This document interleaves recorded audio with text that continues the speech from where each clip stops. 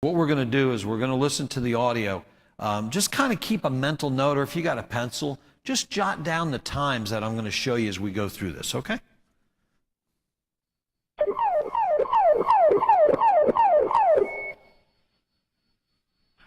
Box alarm, engine 1, engine 2, engine 5, truck 1, medic 2, bat 1, EMS 1. Each company has 3 people on board, an officer, a driver, and a firefighter. Each medic unit has 2 firefighter medics on board. EMS 1 is a captain on duty. He's a firefighter captain paramedic who supervises EMS for the shift. And Battalion 1 is a chief responding by himself. Palisade Drive, Grosebeck Street, box 131. Structure fire, engine 1, engine 2, engine 5, truck 1, medic 2, bat 1, EMS 1, Palisade and Grosebeck. Palisade and Grosebeck. See, they don't know it's Knights of Columbus yet. So this is part of your pre-planning. I mean, I'm assuming you're like me. The moment the tone goes off, you start thinking about the area, you start looking in that direction, all that sort of stuff that we kind of naturally do as firefighters. So Palisade and Grosebeck, let's see. There's a gas station there. There's a field.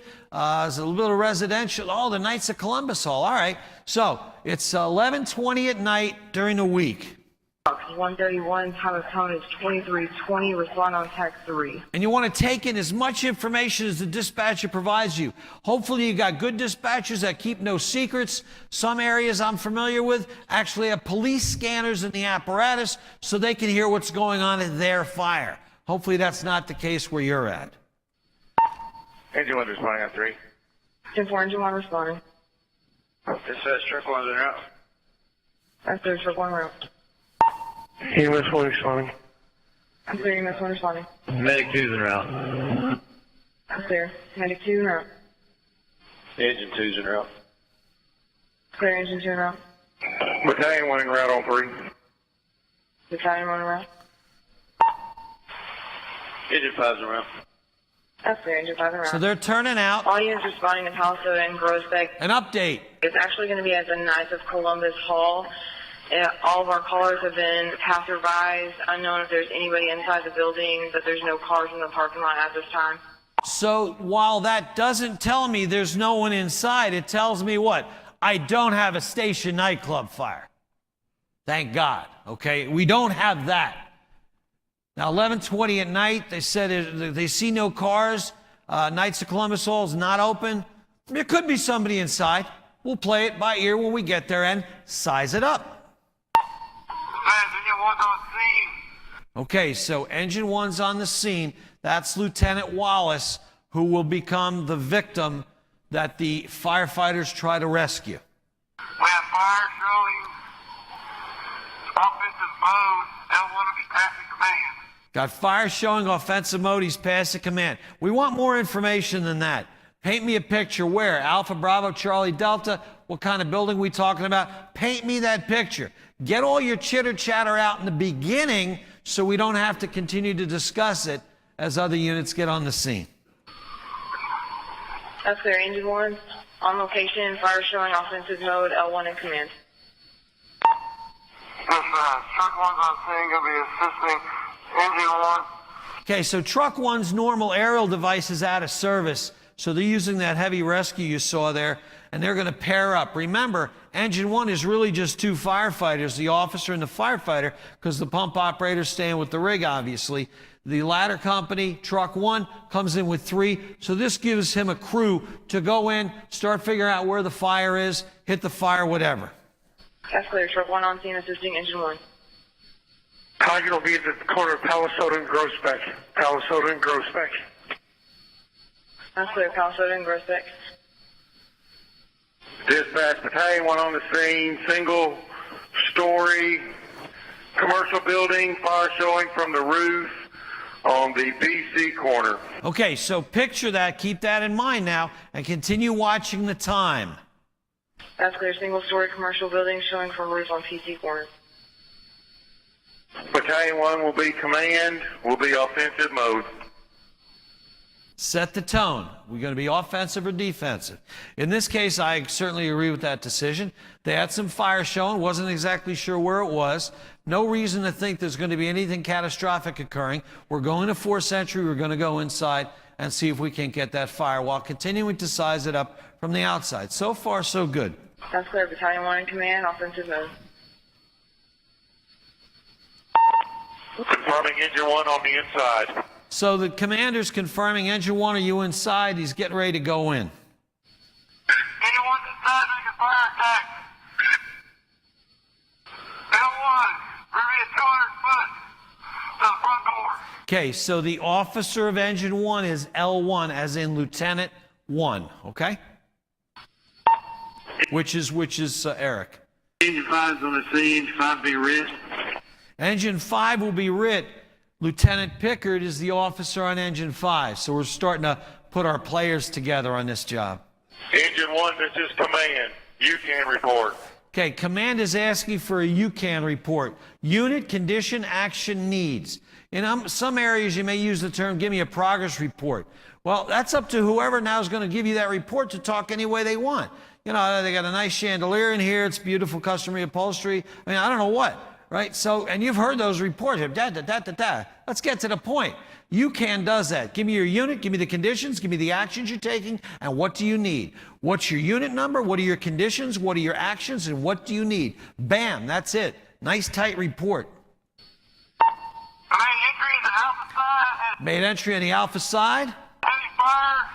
Got heavy fire Up in the ceiling. in the ceiling. So now as a command officer, you see fire outside, he see fire inside. You've got an equation to figure out quickly.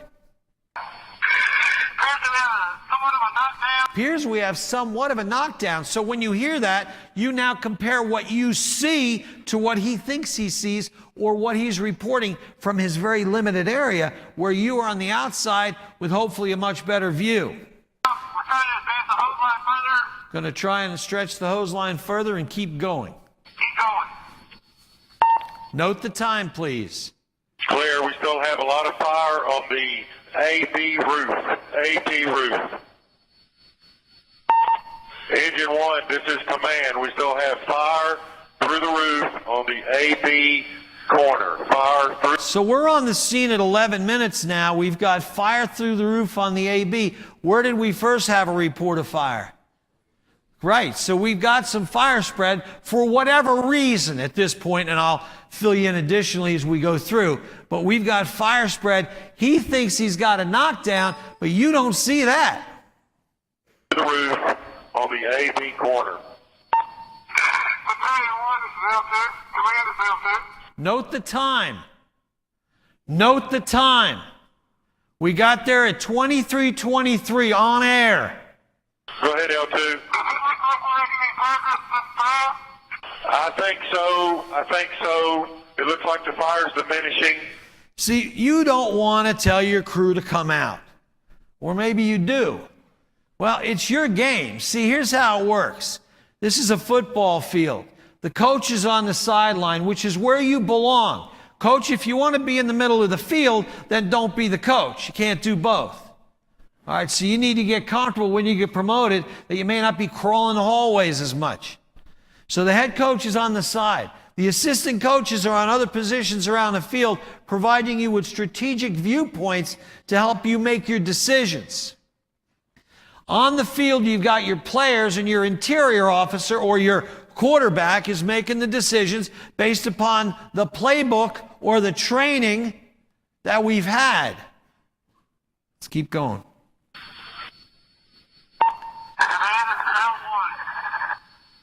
Listen to the background noise as well. Now, this is Eric Wallace with his Mayday.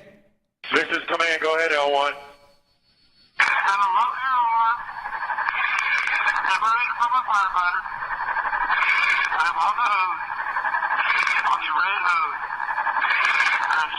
What did he, what? We were making progress. I wasn't expecting that. Besides, if a firefighter's in trouble, they're always going to say, Mayday, Mayday, Mayday. Not the case. This was a veteran officer, well trained, Who knows why he did what he did? And I'm going to explain to you how he ended up in trouble in just a second. So that means at the command post, you've got to be focused at all times. Better yet, you have someone there working with you as an aide to help you with that, to listen, to monitor. Even though it seems like things are getting better, they may not be, and certainly not in this case. You don't ever want to be short of your coaching staff. You don't want to be short of your team. And you can plan ahead based upon the building, time, distance, and water, what you need on your first alarm. The 15,000 square foot McMansion outside of town should not get the same response as the 800 square foot single family dwelling brick building downtown. Just fire flow alone tells us we've got different issues. We can't just say a first alarm is always this. That would be like the team not looking at the other team before the game and not determining how we're going to operate, what we're going to use, what players we're going to apply to the game. What did he say? What? L1, can you repeat? I'm on the red line. Red line. Pretty low in air. The alarm's going off, and I'm getting ready to put my firefighter. Wait there. So here's what happened. So they stretched their line in. They're working their way in. Eric's low air alarm goes off. When your low air alarm goes off, you have an emergency. Matter of fact, if you attend some of the training this week, many of the instructors are going to teach you that the idea is to get out before you run at it, before your low air alarm goes off. And in some communities now, if your low air alarm is going off, it's an automatic mayday. You must transmit. There's a different way of thinking. So he's run out, his low air alarm goes off. He tells nobody other than the probie who's with him. He tells the probie, okay, time to back out. But he doesn't get on the radio. So Eric follows the hose line out, hits a loop, follows the loop, gets disoriented, and goes right back to the knob. Holy shit, where am I? His probie's over there. Get out.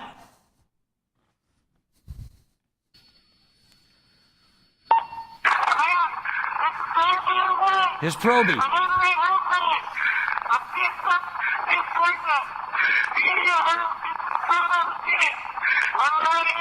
By the way, it's 1 3/4 inch. It's not a booster. Each of their rigs have color-coded hose lines. So if you're at engine 1 and you're on the red line, the engineer knows what line that is, okay? Clear. Command to dispatch. I need the emergency evacuation alert tone. All units evacuate the building. This is interesting. Dispatch hits the tone, but command makes the announcement, giving command full control of that channel. Command all units, evacuate the building. Command all units, evacuate the building. So command at this point can't understand. Okay, come on out. Command safety, go to rescue mode, second one.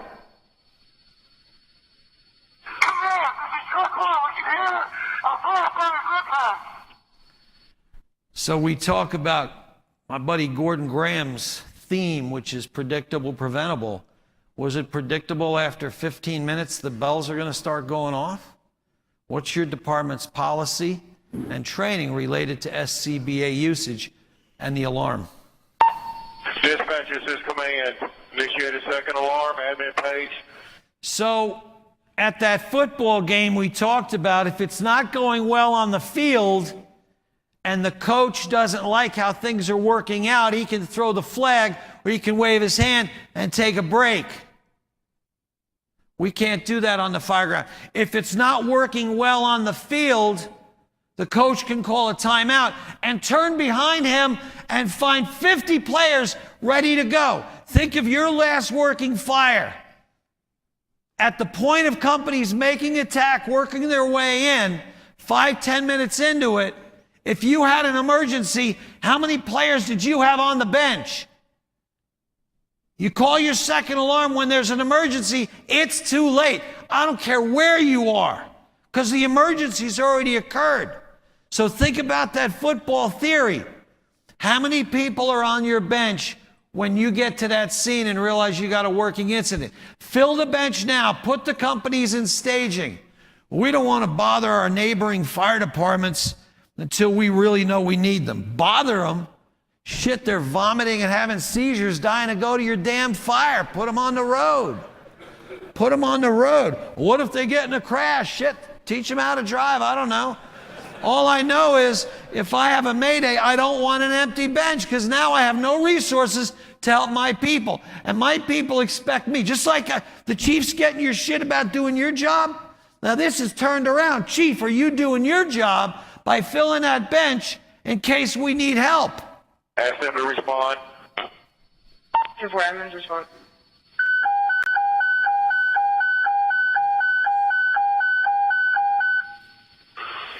Command all units, evacuate the building. Command all units, evacuate the building.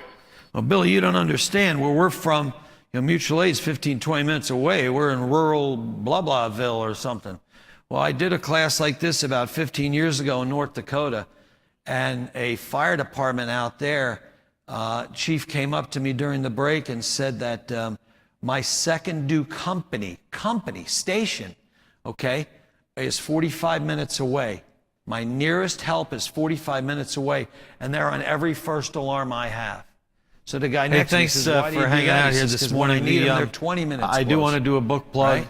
So, only I don't because care what we your launched excuse is. Pass It You better On. be Here's ready what to it answer looks the like question over if there. your troops are calling for help. Where that help last is. year this time, and we've Hellfire, we donated counted over for. $30,000 to the Chief Ray Downey Scholarship, and also to the National Fallen Firefighter. Now he's sucking smoke. Please give me air. I'm still on the red hose line. Follow the red hose line out. Follow the red hose line out. Negative command. I can't do it. I've had stuff all on the hose line and I'm disoriented on it. Please send help. Follow the red hose line out. Come in. This is Chuck Wood. We have firefighters now on the red hose line about 25 feet away from us. So in the door to the left, follow the hose line 25 feet in. All units evacuate. All units evacuate. Engine 1, Lieutenant, you have emergency traffic? Just So here's what happens at this stage. So the RIT team of Lieutenant Pickard and the two firefighters are working their way in. It's just smoky conditions. So you've got, and I'll show you pictures in a second. Fire wasn't particularly a big problem at this point. Little did they realize, right? So all the gases are accumulating above them, but they're working their way in pretty moderate conditions. They follow the hose line. They find Eric Wallace, Lieutenant Wallace, and they start pulling him out. All right, as they're pulling him out, it flashes over. So now you've got the original Mayday firefighter in trouble. He's on fire. You've got the RIT team and the RIT officer and his two firefighters on fire. So you've got 4 firefighters. And I'm talking about gang as in we need 1 3/4 hose lines to extinguish these firefighters. Horrible burns. dispatch, this is command. Send me 2 additional ambulances at this location. Send me 2 additional ambulances at this location. Dispatch for unit with emergency traffic, advise. Dispatch, this is command. Launch PHI. Helicopters. That's clear, launching PHI. Command, this is Meg 2. We're going to need additional ambulance. Clear, dispatch. I need 4 ambulances. Command, safety. Looks like we're getting number 3 out right now. Launch a second PHI. Launch a second PHI. That's clear, launching second PHI. Command, it's truck 1. We need help removing people from the doorway. So when that happens, you don't want to be in a situation where you turn around and you have no one to send to help. That's why I push so hard. You get there, there's smoke showing, fire showing, whatever you consider a problem, you want that extra help on the way. And if you don't use them, you send them home. notified St. Joe's, multiple burn patients. At 23:38, the fire was diminishing, or reported as diminishing. A minute and 43 seconds later, Lieutenant Wallace reports his emergency. The RIT team goes in, and almost immediately, the room flashes over. Let me show you some quick pictures of that. And then we're going to move on to our presentation, part 2. Okay, so this, actually, let me run a different slide first, okay? Okay. So this is what it looked like when they were working their way in, when Wallace was saying that he had no air, I'm running out of air, I'm scared. So you can see there is some fire conditions, but mostly smoke. Now this is a warning sign, okay? Why is that still burning? We've been here 20-something minutes now already. What's the problem? That doesn't matter. We still have a firefighter trapped now, and conditions are that it looked like we should go in and get him. And that's exactly what they did. As they worked their way in, this is when you heard the emergency, when the whole place lit up, and that's the conditions it looked like there. So a couple quick points on this fire here. Here's some of the masks.